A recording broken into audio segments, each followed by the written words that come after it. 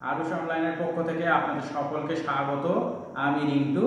আজকে একটি গুরুত্বপূর্ণ বিষয় নিয়ে আলোচনা করব, সেটি হলো ভোটার ভেরিফিকেশন।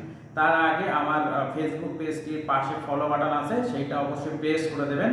দিলে সবচেয়ে আগে গুরুত্বপূর্ণ কিছু ভিডিও আপনারা সেটা দেখতে পাবেন।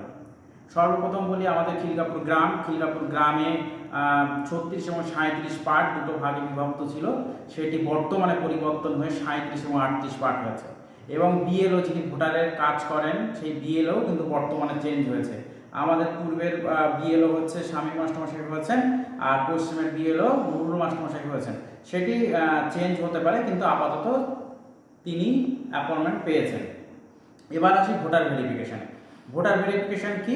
ভোটার ভেরিফিকেশন বা SIR নামে আমরা সবাই যেটা পরিচিত, যেটি দেখেছি যে আমরা বিহারে যেমন SIR হয়েছে, প্রচুর মানুষ বাদ গেছে, সেইটা আমাদের গ্রামের মানুষ দেখে প্রচুর ভীত সন্ত্রস্ত এবং ভয়ে আছেন যে আমাদের উপায় কি হবে, আমরা ভারতীয় নাগরিক কিনা। এবার ভারতীয় নাগরিক হতে গেলে কি কি প্রমাণ লাগবে, তার মধ্যে বলা আছে যেটা রেশন কার্ড হবে না, প্যান কার্ড হবে না, আধার কার্ড হবে না। তাহলে হবেটা কি? আমরা ভারতীয় নাগরিকের কি প্রমাণ দেব? সেটি হলো বলা হয়েছে যে জন্ম সার্টিফিকেট দেবেন, জন্ম সার্টিফিকেট দিলে হবে, স্কুল সার্টিফিকেট দিলে হবে, অথবা পাসপোর্ট দিলে হবে। এখন প্রশ্ন হলো, 1989 সালের আগে জন্ম সার্টিফিকেট তো ছিল না, তাহলে তাদের কি হবে? যাদের স্কুল সার্টিফিকেট নেই তাহলে তাদের কি হবে? যাদের পাসপোর্ট নেই তাদের কি হবে? সেটি একটি সহজ পদ্ধতি আমরা দেখেছি, যেটা হচ্ছে 2002 সালের ভোটার লিস্টে তাদের নাম অথবা তার পূর্বপুরুষের নাম যদি থেকে থাকে, তাহলে তারা ভারতীয় নাগরিক হিসেবে গণ্য হবে। তবে এটা আমাদের ক্ষেত্রে সহজ পদ্ধতি। এবার বিষয় হলো, 2002 সালের আমরা ভোটার লিস্ট দেখতে পাচ্ছিলাম না, এতদিন ওয়েবসাইটে দেয়নি, তাহলে আমাদের সমস্যা সেটা ছিল। আজকে রাত্রেবেলা সেই ভোটার লিস্ট ডাউনলোড হয়েছে, আমার কাছে আছে। অবশ্যই আপনারা একটা ভোটার লিস্ট সবাই নিয়ে বাড়ি রেখে দেবেন।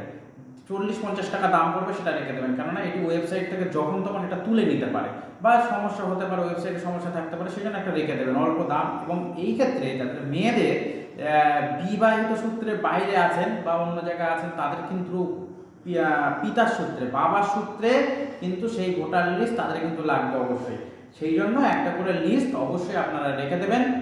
আর আপনাদের বলবো যে আপনারা যে ডকুমেন্টগুলোই আপনাদের কাছে আছে, যাই থাকুক, সেই ডকুমেন্টগুলো যেন নাম সঠিক থাকুক, ফটো আপডেট থাকুক, বাবার নাম সঠিক থাকুক, জন্ম সার্টিফিকেট, জন্ম তারিখ সঠিক থাকুক, তাতে পুরোপুরি সব কিছু সঠিক থাকুক। আপনারা তাতে কোনোভাবেই আপনারা ভারতীয় নাগরিক নয় বললে হবে না তাদের, কেননা পূর্বের দলিল আছে, পূর্বের বসবাসের বিভিন্ন ডকুমেন্ট, পর্যাপ্ত ডকুমেন্ট আমাদের কাছে আছে।